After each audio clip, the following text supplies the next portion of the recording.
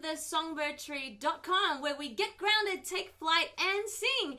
And today I have a wonderful, wonderful guest with me. Her name is Mary Saunders-Barton, and she is one of America's, and dare I say the world's, top musical theatre voice teachers.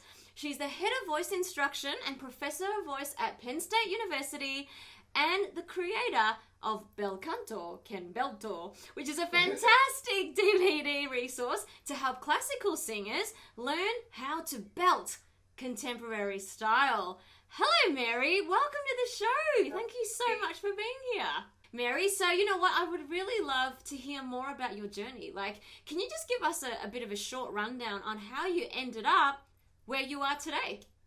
Yeah. Well, I took the back door. Okay. I came in through academia. I came to theater just almost accidentally because I had from childhood had sung, always sang. So I came in as a songbird, as you say. But I went through academia. I loved learning, and I went to an Ivy League college and then grad school, and I lived in Paris for 2 years studying French language and literature. Wow. And to become a teacher of that. Okay. But I also studied with a very famous man, classical art song man by the name of Pierre Bernac, who was one, I think he would be considered probably the most significant artist in terms of lead, in terms of French melody, singing art songs, chamber songs, and he was beautiful. So I studied with him, and then I came back to the U.S. and started teaching French in a high school. Right. And after a while, I love French. Yeah. I love Paris. I love French. It was great. But teaching French, not so much. Right. And not so much. I just thought, oof, I'm not sure I want to be teaching something that people don't want to learn that much. Okay. You know, yeah. teaching singing is yeah. So I went down to a school in New York City called Herbert Berghoff Studios. Yeah. On Bank Street in the Village in Manhattan. Okay. And I started taking classes in musical theater. Yes. And I didn't do it for very long. I had because listen, I'm the girl that danced around her living room to all those Golden Age musicals. Yes. You know, I knew every word of Love Camelot. I knew every word of Carnival. I knew every word of Gigi. All of them. So the first job I got was Guinevere in Camelot. Wonderful. First job. It's a song. Yeah, totally. So I went out with that, and I did that show many times, including with my husband. He played King Arthur with me at You've one got to point. be kidding. No. That's amazing. He also played Henry Higgins to my Eliza Doolittle. Is that romantic? That is very romantic. Wow. Wow. And anyway, theater was definitely, Yeah. I thought, okay, you get paid to do this? I know, yeah. Really? Yeah. So how long did you spend as a theater performer? I spent 15 years performing. Amazing. And I got to Broadway. I was telling you before, I got to Broadway in a show by the name of, and I did covers on Broadway, but the first featured role I had was in The Utter Glory of Morrissey Hall in the 80s. And I played opposite Celeste Holm, who was the original Ado Annie in Oklahoma. Fantastic. So I did that. And then right after that, I got pregnant with my first child. And that changes everything. Yes, and it would. In a very good way. I'm totally happy that, I Absolutely. couldn't be happier for the course my life has taken. I consider myself one of the luckiest women on the face of the planet because of the way things have gone for me. But I had been teaching because the way, and maybe you started this way, I don't know, but people would say, can you just help me with this song? Because I played the piano. Right. And I would just help them. And then they'd say, let me pay you. Right. And you're like, really? Oh. $5, no problem. Give me $10. Okay. You want an hour? Okay, well, give me $20. And I was lining them up. That is great value for money, Mary. Well, it was back in the early 90s, late 80s. Yeah. No, but then I started doing that. I was still performing, but not as much because I had a child. Yep. And pretty soon the teaching began to take over the performing. Sure. I would still perform a little bit, or I started doing cabaret shows because I could do them. Yes. As you know, you can just, Yeah. the great thing about Yes. cabaret, which I adore, Yes. is that you never have to sing a bad song. Yeah. Right. True. Very true. Oh, You just- absolutely. And you create your own show. It's amazing. It's so creative. I love it. Yes. So I did that. I did that in conjunction with teaching for many years, and Okay. I taught at several universities. Yes. Well, one before I came to Penn State. Yes. I taught another big conservatory called Hart College of Music in Connecticut, and then I got a phone call one day Okay. in my studio in New York, because I was always teaching in New York City. Yes. I lived there, I was teaching there, Yes. raising the children there. Right. And a woman said, "Well, would you?" I got your name from a student. That student was somebody that I had been teaching. Yep. And she knew this woman. Okay. And she gave this woman my name because they were Yes. looking for a musical theater specialist at Penn State. Uh-huh. It's a sign! It's another sign. I mean, life-changing phone calls. So my husband and I started thinking about it. Can we think of any good reason not to do this? Because we loved our life. We loved our life. It was great. Yeah. Loved raising the kids in an urban setting was great. But my oldest son at that point was senior in high school. They were big by then. Okay, yeah. And we were looking at colleges for him. Yeah, sure. So it's kind of a good deal when you teach at college. You kind of like send your kids there. Yeah. So and Penn State is a great school. So we said to him, my son, so the good news is you're going to Penn State. The bad news is we're coming too. All packed up and came down to where I'm talking to you now. Yeah. This beautiful little town in the central part of Pennsylvania. Yeah. And I was the only musical theater person on the faculty. And there's 8 of us on the faculty. And they were so warm and open with me. Yeah. They wanted me to teach belting. They didn't. Yes. They were all classical, but they said, "Let's do it." Yes. And the musical theater program was still in its infancy, so Yeah. I got involved right at the top. Sure. And it's now really a premier program, and not just because of me, that's for sure, but because we have a great faculty. But you do play a big And part now- in that, Mary. Well, I played a role in making sure that the voice part really developed nicely, and I'm happy with it. That's But great. all my colleagues are so great. Awesome. And now we have 3 musical theater specialists. Great. Yeah. So everybody studies with a musical theater faculty member. Yep. And we have 8 faculty members just for our musical theater program. Fantastic. Just dedicated to those. Yeah, so it's really 8 developed. students. Yeah. So it's really developed from having only yourself in the musical theatre faculty to now having 8. That's amazing. That's awesome. Yeah, a real testament to your influence. So that's really cool. So, just so great to hear about your journey. What an amazing life you've lived, so inspiring, Mary.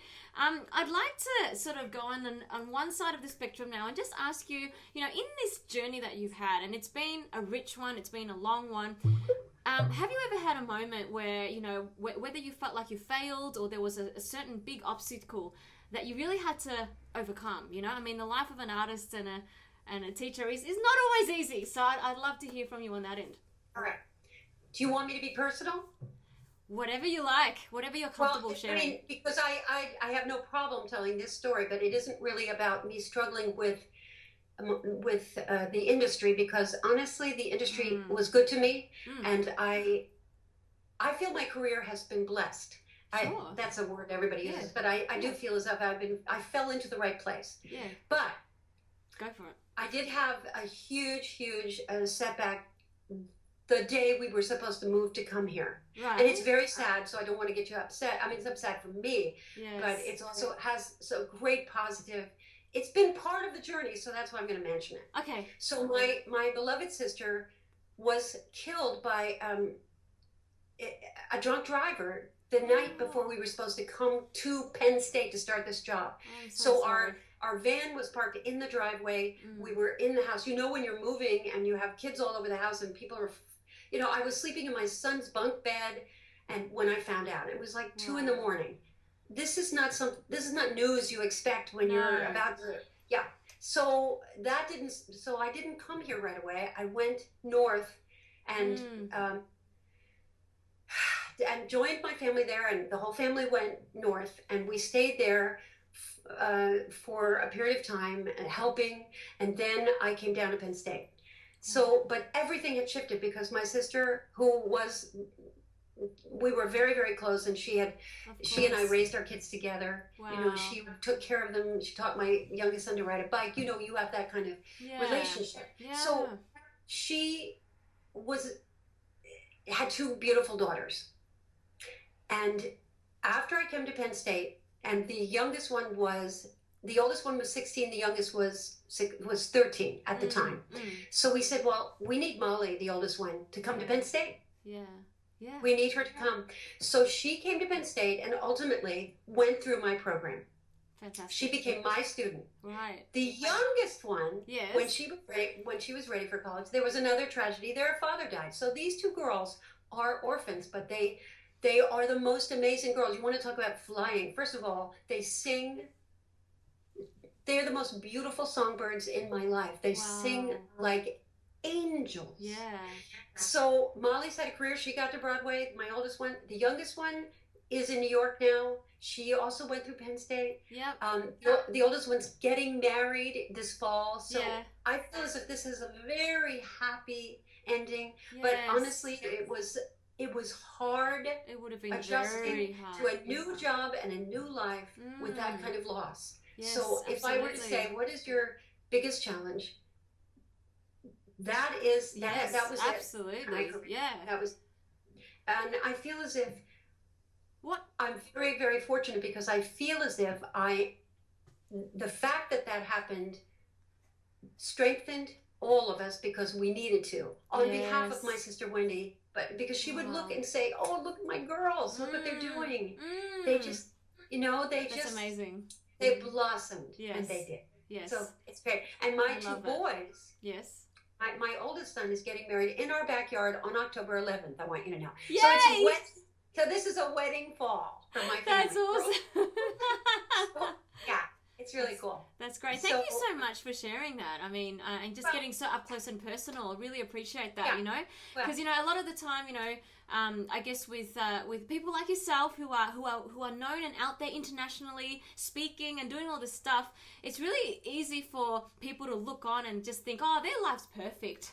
They don't have any challenges and whatever, and that's just not true. So thank you so much for just getting so personal with that, Mary. Really appreciate that. Sure. Now I'd like to move to the other side of the spectrum. What would be one of your proudest moments in your career thus far? Well, I've had a lot because when you're a teacher, your proudest moments clearly are your students.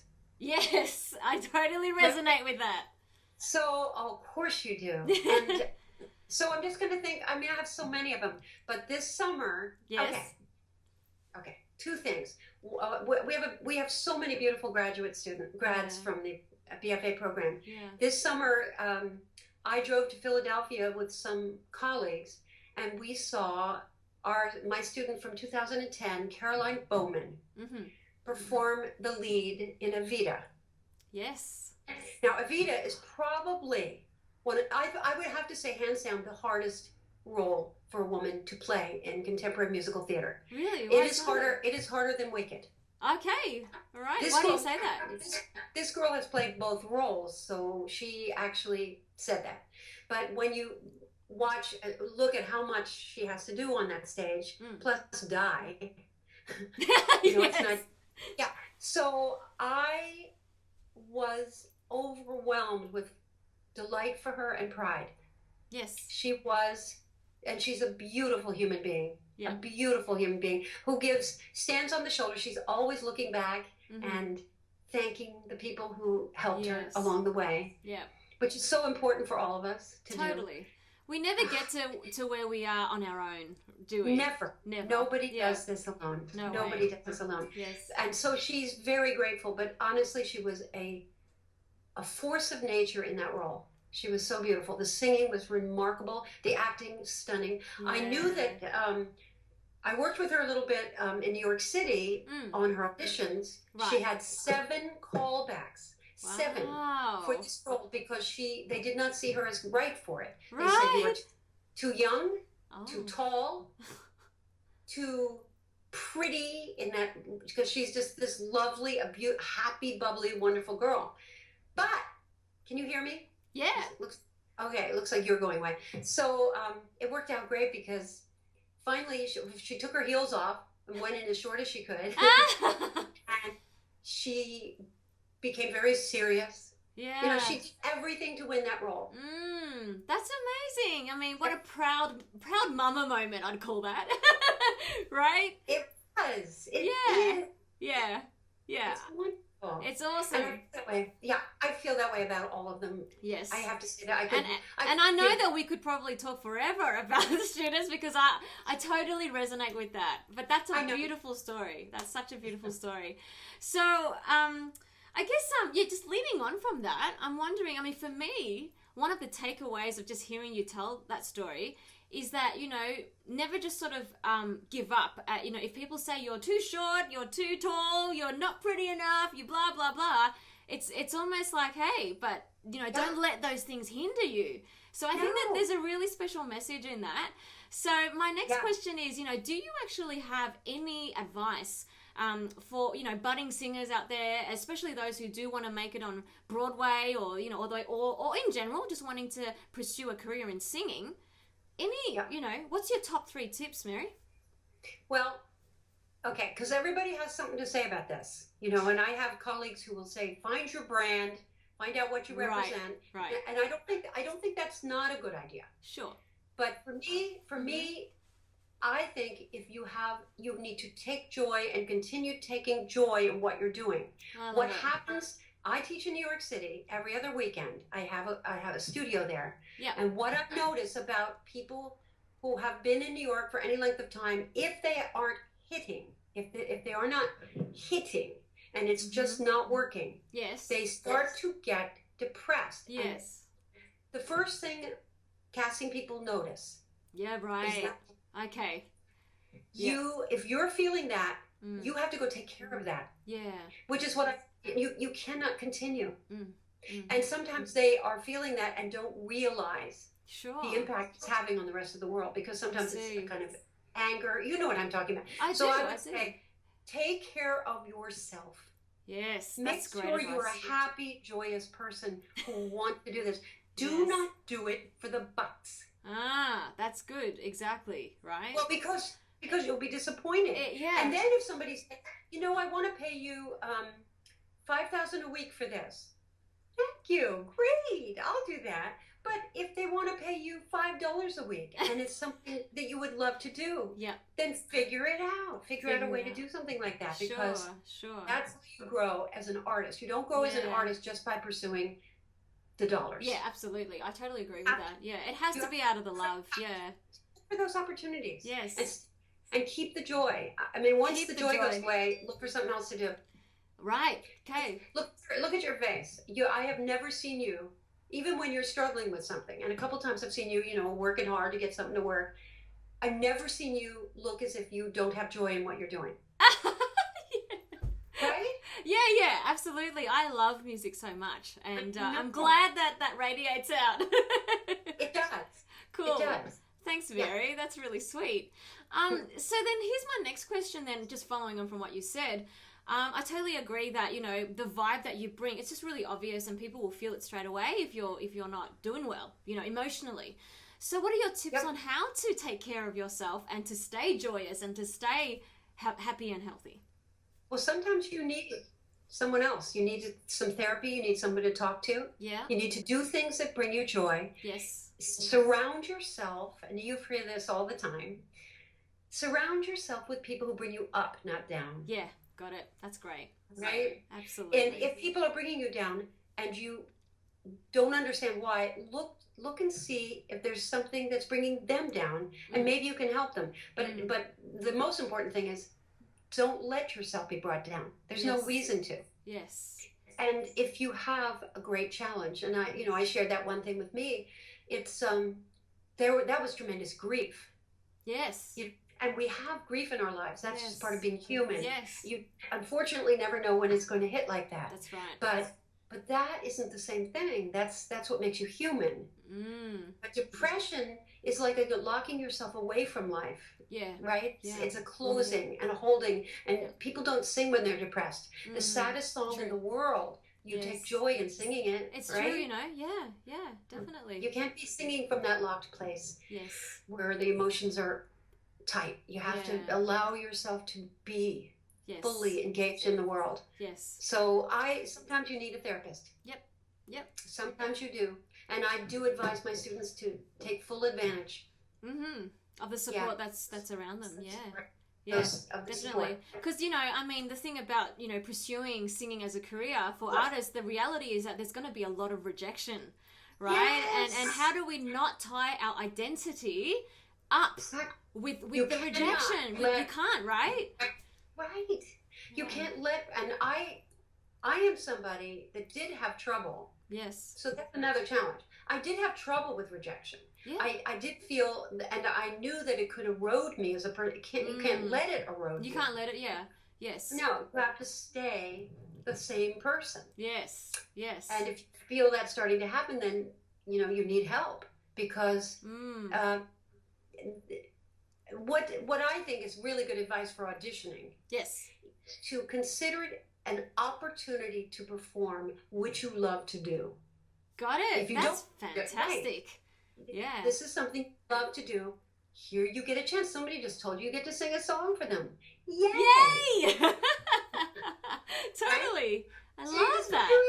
And then the results are the results. Yes. Now, the thing about Caroline, she was so positive, and she's a good example of that. Right. Because those there was a lot of, come back again, come back again, come back again, come back again, come back again, right? Yeah. But she said, I really want this job. Yep. I really want this job. Yep. I'm going to do whatever it takes. And then if it hadn't come her way, and many jobs didn't, you know, in her brief career so far, not that many jobs, but some. Yeah. And she just went on to the next. Yes. I remember a colleague of mine back in the day when we were all auditioning together, he used to characterize the auditions afterwards as, well, you know, I didn't want that. That's fine. That goes to somebody else. And move on.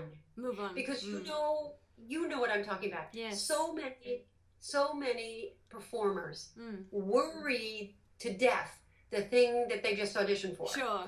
I don't know, what were they thinking, and maybe did I do this right? And you can't second guess it like that. No. Sometimes my husband always says, imagine they're writing, wow, this is the best talent we have seen in months.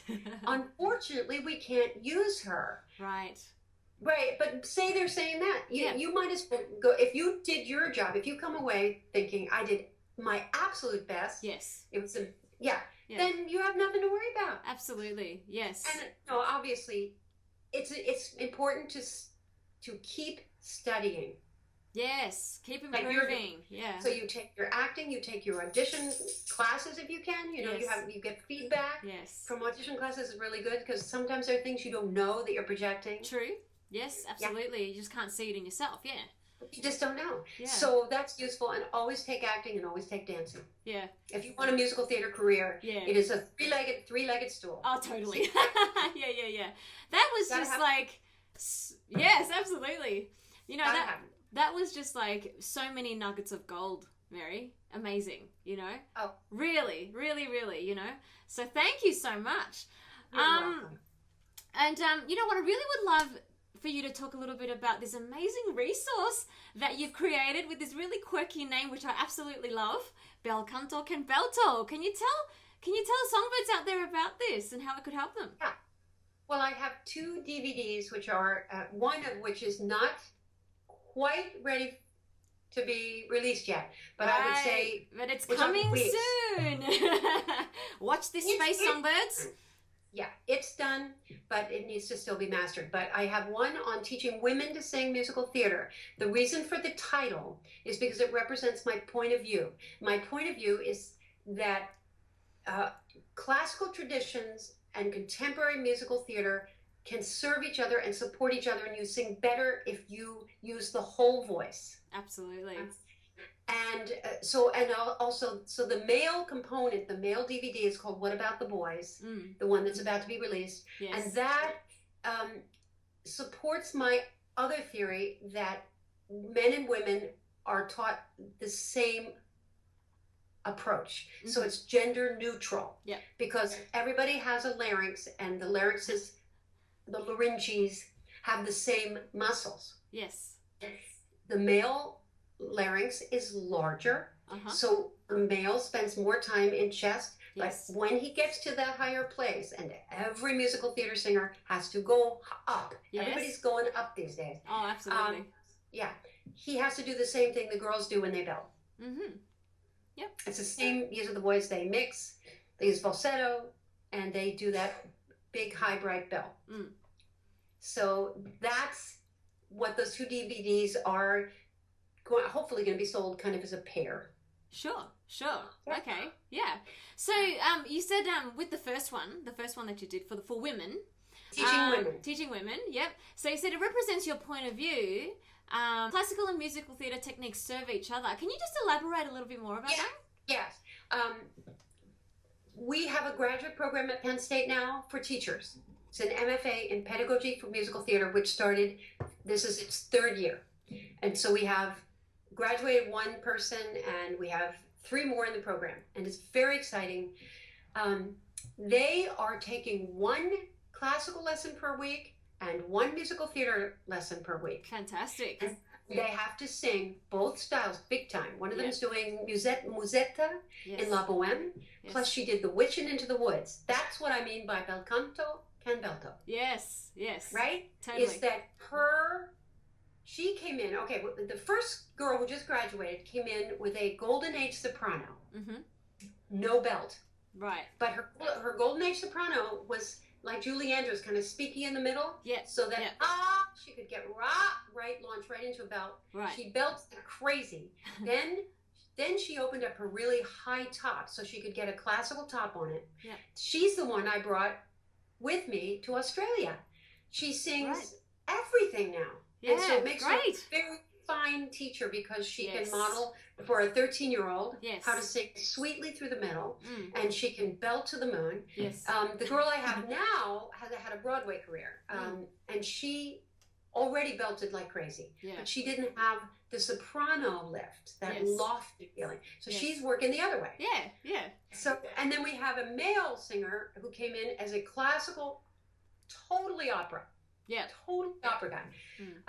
And he said, I don't want to sing opera. I don't want to be just thinking about making sounds. I want to sing on behalf of something. Right. I want to be acting, which is, in musical theater, it is our #1 priority. Yeah. And it hooks together the other skills. Yes. You act when you dance, you act when you sing. Yeah. So, I love that. He's doing great. Fantastic. Yeah. No, I love that, because there's so much out there, right, in terms of talking about voice teaching, and particularly, classical versus contemporary, and I love how you just say, you know what, it's all good, and we need to actually mold it together, and we find the best of both worlds, and they come together, and they actually help to make a better voice, a more well-rounded, diverse voice. Exactly. Yeah, so I love that, Mary. So, Songbirds, you've got to get your hands on this resource if you're interested in this area. And you can click on the link below to go and check out Mary's Bel Canto Can Belto. And I've got to let you know, I've actually got that resource myself, and I absolutely love it. Like, I watch it again and again and again. And every time I'm just getting more and more nuggets of gold. So, great work, Mary. It's fantastic. Sweet. Yep, so go and check it out, Songbirds. Okay. I've just got some really random lightning round questions for you. Are you ready? Yeah. All right, who's your idol? It feels like a quiz show. Yeah. Ready? Ding, ding, ding. Okay, who's your idol, Mary? As of recently. Yes. I'm going to have to say Audra McDonald. Oh, yeah. Beautiful singer. Gorgeous. Well, she just recently lifted herself to new heights. Yeah. To new heights. In this show called Lady Day at Emerson's Bar and Grill, which is playing in New York City, and she's playing Billie Holiday. And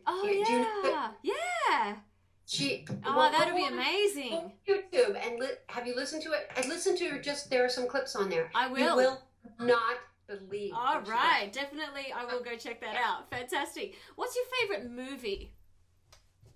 Oh my gosh. To Kill a Mockingbird. Okay. Favorite restaurant? Pong 3. Ooh. Thai. Thai food. Beautiful. Yeah. Yum. Now, if you could go anywhere in the world right now, where would you go? Paris. Oh, and I'd come with you. What's your favorite book?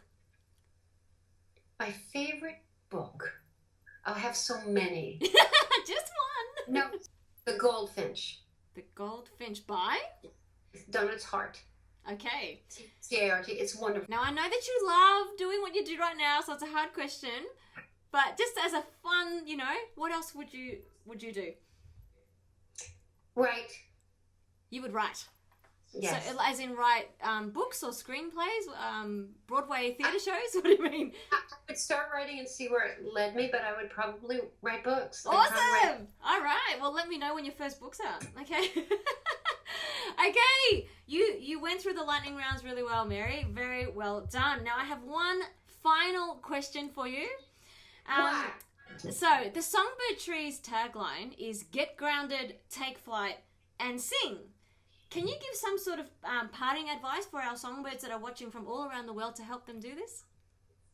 Well, it's funny you use that expression because singing, we talk until we have to sing, right? So Okay. it's almost as if you're on the runway. That's why I Right. love that. Get grounded. You're on the runway, but then emotion takes you to song. Oh, love it! That's awesome. Isn't it true? Yeah. But that's true. That's exactly, so you take flight. Yes. So I love your image. Yes. So what you're asking me is Just a parting piece of advice. Yes. That for how to get into grounded, the- take flight, and sing. Yep. I would say self-acceptance. That's awesome. That's fantastic. You know what, Mary? You have just shared the most amazing nuggets of gold throughout this whole interview, and you've shared so personally and so vulnerably and so passionately. And you know what? I've really enjoyed every moment of this, and I know that all of the people watching will enjoy it as well. So thank you so much for being on the show, and all the best with the rest of your summer. Have a great summer, and also everything that you're doing. You are literally... I really do believe you are changing the world with what you're doing, with the joy and the passion that you're bringing to the world through your gifts of music and teaching and singing. And I just love it. I'm so privileged to know you and to have you as one of my amazing mentors. So thank you, Mary. Have a great day and get grounded, take flight, and sing. Thank you. See ya. Bye.